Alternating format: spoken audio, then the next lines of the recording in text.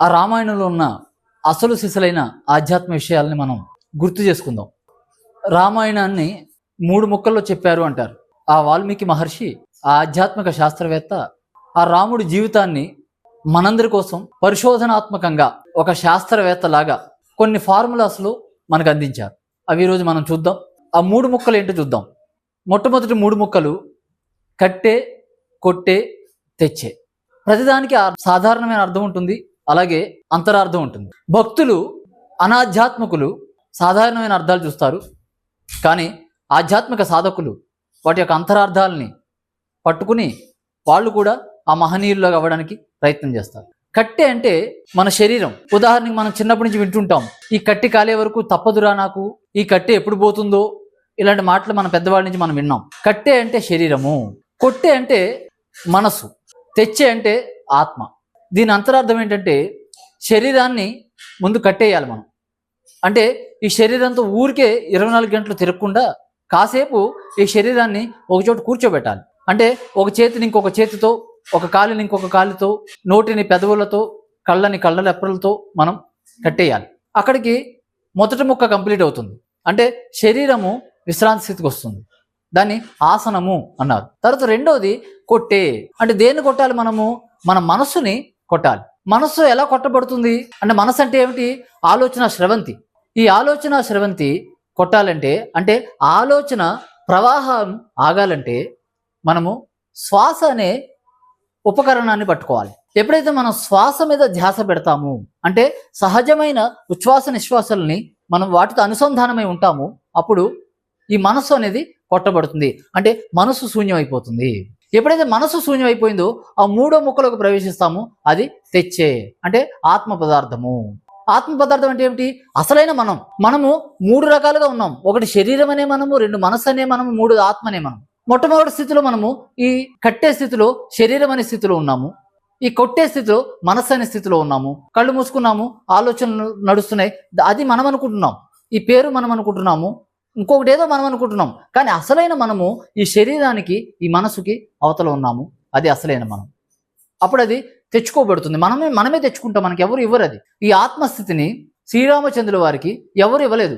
వాల్మీకి ఇవ్వలేదు, వశిష్ఠుడు ఇవ్వలేదు, దశరథుడు ఇవ్వలేదు. ఎవరిచ్చారు శ్రీరామచంద్రుడికి? ఆయన సాధన ఆయనకి ఇచ్చింది. ఆయన తన శరీరాన్ని కట్టేసుకుని తన మనస్సుని కొట్టి తనను తాను పొందాడు. అంత ఆత్మ పదార్థాన్ని, అనుభూతిని పొందాడు. కాబట్టి మొట్టమొదటి 3 ముక్కలు ఇవి. తర్వాత ఇంకొక 3 ముక్కలు చూద్దాం రామాయణంలో. కైకేయి, సుమిత్ర, కౌశల్య. కైకేయి అంటే ఏమిటి? కాయంతో ఏకమైంది కైకేయి. కాయం అంటే శరీరము. అంటే వీఆర్ ఓన్లీ ఫిజికల్ బాడీస్. నేను ఒక్క శరీరం మాత్రమే, ఈ కనిపించే ఈ రూపం మాత్రమే నేను అన్న ఆ స్థితి ఉన్న వాళ్ళని కైకేయి స్థితిగా వర్ణించారు మన వాల్మీకి మహర్షి. అంటే కేవలం శరీరంగా ఆ కాయంతో మాత్రమే ఏకమై ఉన్న వాళ్ళని కైకేయి అన్నారు. ఆ స్థితి నుంచి మెల్లిగా సుమిత్ర స్థితికి రావాలి. సుమిత్ర అంటే ఏమిటి? మైండ్, మనసు. తర్వాత 3వది కౌశల్య, అంటే ఆత్మ పదార్థము. అందుకే భరతుడు కైకేయి పుత్రుడయ్యాడు. భరతుడి కోసం ఏం కోరుకుంది కైకేయి? రాజ్యాన్ని కోరుకుంది. ఎందుకు? ఆమె భౌతిక స్థితిలో ఉంది, అందుకే భౌతిక సంపదని కోరుకుంది. కేవలం భౌతికతని కోరుకుంది, రాజ్యాన్ని కోరుకుంది. తర్వాత లక్ష్మణుడు ఏం కోరుకున్నాడు? మిత్రత్వాన్ని కోరుకున్నాడు. సుమిత్ర పుత్రుడు కాబట్టి ఆయన రాముడు మిత్రత్వాన్ని కోరుకున్నాడు. నాకు ఏమీ వద్దు, రాముడు కావాలన్నాడు ఆయన. కాబట్టి ఆ రాముడు ఎవరి పుత్రుడు? కౌశల్య పుత్రుడు. మనం ఎప్పుడైనా పూర్వం లెటర్లు రాసేటప్పుడు కుశలమా, ఇక్కడ నేను కుశలము, అక్కడ కుశలం అని తలుస్తున్నాను. ఈ కుశలం అంటే బాగుండడము. ఎక్కడ బాగుంది? అసలు బాగు అనేది ఏమిటి? ఆత్మ పదార్థంలో ఉండడమే బాగు. అది అసలైన కౌశల్యము, అదే అసలైన కుశలము. కాబట్టి అందుకే శ్రీరామచంద్రుడు కౌశల్యపుత్రుడు అయ్యాడు. ఈ శ్రీరామచంద్రుడిని మనం ఏమంటాము? ఆత్మారాముడు అంటాం. అంటే ఏమిటి? తాను ఆ కైకేయ స్థితి నుంచి సుమిత్ర స్థితికి వచ్చి, సుమిత్ర స్థితి నుంచి కౌశల్య స్థితికి చేరుకున్నవాడే శ్రీరామచంద్రుల వారు. కాబట్టి ఈ 3 పదాల నుంచి మనం ఈ విషయాలు అర్థం చేసుకో. తర్వాత ఈ రామాయణంలో ఇంకొక 3 పదాలను చెప్పారు మన వాల్మీకి మహర్షి వారు. అవేమిటి? ఇవి చక్కటి సాధనకు సంబంధించి, మరి మన హనుమంతుల వారి గురించి సంబంధించి 3 పదాలు ఏమిటి? వానరుడు, వాయుపుత్రుడు, ఆంజనేయ స్వామి. వానరుడు అంటే ఏమిటి? మానసిక స్థితి, మనోస్థితి, మళ్ళీ మైండ్ స్టేట్. వాయుపుత్రుడు అంటే ఏమిటి? వాయువు అంటే శ్వాస. 3వది ఏమిటి? ఆంజనేయ స్వామి. అంజనం అంటే ఆత్మ పదార్థము. సో ఈ 3టిని మనం అర్థం చేసుకోవాలి. వానరుడు, వాయుపుత్రుడు, ఆంజనేయ స్వామి. ఈ వానరుడు వాయుపుత్రుడు కావాలి. అంటే ఈ మైండ్ అంతా అటు ఇటు అటు తిరుగుతూ ఉంటుంది ఇది. అందుకే మనం మనసుని కోతితో పోల్చాము. వానరుడు అంటే కోతి. ఈ కోతి లాంటి ఈ మనస్సు శ్వాస అనే ధ్వజస్తంభాన్ని పట్టుకోవాలి. ధ్వజస్తంభం అంటే ఎక్కడో గుడిలో ఉంది, దేనితోనో ఒక కట్టడం కాదు అది. ధ్వజస్తంభం అంటే శ్వాస. ఈ శ్వాస అనే ధ్వజస్తంభము ఇలా ఉంటుంది నిఠారుగా. ఆ శ్వాస అనే ధ్వజస్తంభాన్ని పట్టుకుంటే ఆత్మనే గోపురాన్ని చేరుతాము. కాబట్టి ఈ వానరుడు వాయుపుత్రుడు అవుతాడు. ఎప్పుడైతే వాయుపుత్రుడు అయ్యాడో అచిరకాలంలోనే ఆంజనేయ స్వామి అవుతాడు. అంజనం అంటే గుర్తుపెట్టుకోండి, ఆత్మ పదార్థము. అంజనం అంటే మనకి పూర్వం అనేవారు భూత భవిష్యత్తులను కనుక్కోవడానికి ఎవరైనా ఇంట్లో తప్పిపోతే అంజనం వేసి కనుక్కోవాలి అనేవారు. అంజనము ఎక్కడో లేదు, ఇదే అంజనం. ఏదైతే ఈ శరీరానికి మనసుకి ఆధారమై ఉందో మనమే అంజనము, మనమే ఆంజనేయ స్వాములము. స్వామి అంటే తనను తాను చేరుకున్నవాడు, తన మీద తాను ఆధిపత్యం సంపాదించినవాడు.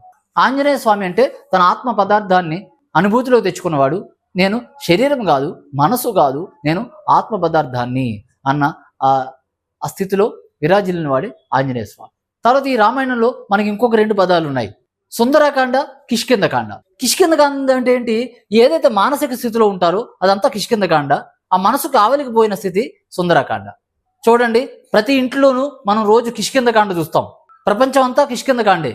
కానీ ఎప్పుడైతే ఆ మనసు శూన్యమైందో అక్కడ కిష్కింధకాండ ఉండదు, సుందరకాండ మాత్రం ఉంటుంది. ఎందుకు సుందరకాండ ఉంటుంది?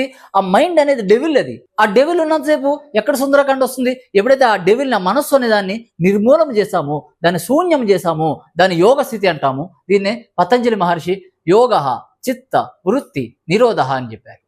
ఎప్పుడైతే ఆ చిత్తవృత్తులు నిరోధం అయిపోయాయో అప్పుడు సుందరకాండ ప్రారంభమవుతుంది. గోడలకి మనం సున్నాలు వేసుకుంటే మనకు సుందరకాండ రాదు. మన ఇంటికి ఎలా సుందరకాండ వస్తుంది? మనసు శూన్యమైతే సుందరకాండ వస్తుంది. తర్వాత మనం ఈ రామాయణంలోండి ఈ సీత అనే ఆ మహాతల్లి గురించి తెలుసుకుందాం, ఆ క్యారెక్టర్ గురించి తెలుసుకుందాం. ఈ సీత అనే క్యారెక్టర్ మనకి ఏం చెప్తుంది? ఈ కష్టాల గురించి చెప్తుంది.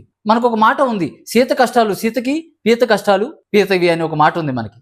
అంటే ప్రతి ఒక్కరికి కష్టాలు ఉంటాయి వాళ్ళ వారి స్థాయిలో. చిన్న చెట్టుకి చిన్న గాలి, పెద్ద చెట్టుకి పెద్ద గాలి అని చెప్పారు కదా. అలాగే ఎవరు వారి వారి స్థాయిల్లో వారికి జీవితంలో ఈ శరీరము పుల్లల్లో పెట్టే వరకు కూడా, అంటే మనకి మరణం సంభవించేంత వరకు కూడా మనకి కష్టాలు వస్తూనే ఉంటాయి. కానీ సీతాదేవి నుంచి మనం ఏం నేర్చుకోవాలంటే ఆవిడకి కష్టాలు ఉన్నాయి కానీ దుఃఖం లేదు ఆవిడకి. ఎందుకు ఆవిడకి దుఃఖం లేదు? ఆవిడ ఆత్మ పదార్థం అన్న స్థితిలో ఉంది కాబట్టి. ఆవిడ శ్రీరామచంద్రుని పొందింది కాబట్టి. శ్రీరామచంద్రుడు అంటే ఆత్మారాముడు, అంటే తన ఆత్మస్థితిని తను పొందింది కాబట్టి ఆవిడికి దుఃఖం లేదు. అందుకే సీతాదేవి అశోకవనం కింద కూర్చుంది అన్నారు. అశోకం అంటే ఏమిటి? శోకం లేదు, కష్టాలు ఉన్నాయి. రావణుడు ఎత్తుకుపోయాడు, అది కష్టం. కానీ రావణుడు ఎత్తుకుపోయినందుకు ఏడుస్తూ కూర్చోలేదు. ఆవిడ తన ఆత్మస్థితిలో హాయిగా ఉంది, స్వీకరించింది ఆ కష్టాన్ని. తర్వాత శ్రీరామచంద్రుడు ఆమె మీద నిందపడిన తర్వాత ఆవిడని మళ్ళీ వనవాసానికి పంపించాడు. అప్పుడు కూడా ఆవిడ ఎలాంటి బెరుకు లేకుండా తన జీవితాన్ని కొనసాగించింది. అన్ని కష్టాలు పడి వచ్చిన స్త్రీని మళ్ళీ అడవులకు పంపిస్తే మరి మనం ఏం చేస్తాం? సూసైడ్ చేసుకుంటున్నాం. లేకపోతే రాముడి మీద మనం కేసు పెడతాం, మనం మొగుడి మీద. అంటే ఎలాంటి జడ్జిమెంట్స్ కానీ ఎలాంటి కంప్లైంట్స్ కానీ లేని స్టేటే సీతాదేవి స్థితి. కాబట్టి ఈ సీతాదేవి అనే బ్యూటిఫుల్ క్యారెక్టరు మనం ఎలాంటి కష్టం వచ్చినా కూడా మన జీవితంలో దాన్ని నిలబడి ఉండాలి. ఎప్పటి వరకు నిలబడి ఉండాలి? సహజంగా మరణం వస్తుంది, అప్పటి వరకు ఎదురు చూడాలి. ఈ లోపు మనము ఎవరిని చంపకూడదు, మనం చావకూడదు. ఇది ఆ క్యారెక్టర్ నుంచి మనం నేర్చుకోవచ్చు. కాబట్టి ఈరోజు మనము ఆ వాల్మీకి మహర్షి ద్వారా శ్రీరామచంద్రుల యొక్క ఆ రామాయణాన్ని మనం ఆదర్శంగా తీసుకుని మనకంటూ మనం ఒక ఆయనాన్ని సృష్టించుకోవాలి, మన యొక్క ఆధ్యాత్మిక సాధనతో, ధ్యాన సాధనతో. జై శ్రీరామ్ అంటే ఏం లాభం లేదు. ఆ శ్రీరామచంద్రుడు ఆయన జీవితాన్ని నువ్వు పరిశోధించి ఆయన అన్వయించుకుని అప్పుడు దాన్ని నువ్వు పొందితే అదే అసలైన జై శ్రీరామ్. జై శ్రీరామ్ జై శ్రీరామ్ అరిస్తే ఏం లాభం లేదు. శ్రీరామచంద్రుడు ఇంకొకరి గురించి జై జై అని అడవలేదు ఎప్పుడు. ఆయన తన సాధనలో తన జీవితాన్ని మెరుగుపరుచుకోవడంలో తన ధ్యాసనంతా కేంద్రీకృతం చేశాడు. మనం కూడా మన జీవితాన్ని ఆ కిష్కింధకాండలోంచి సుందరకాండలోకి తీసుకొచ్చే పనిలో మనం ఉండాలి. అప్పుడు అసలైన జై శ్రీరామ్ అవుతుంది. జై శ్రీరామ్. Thank you.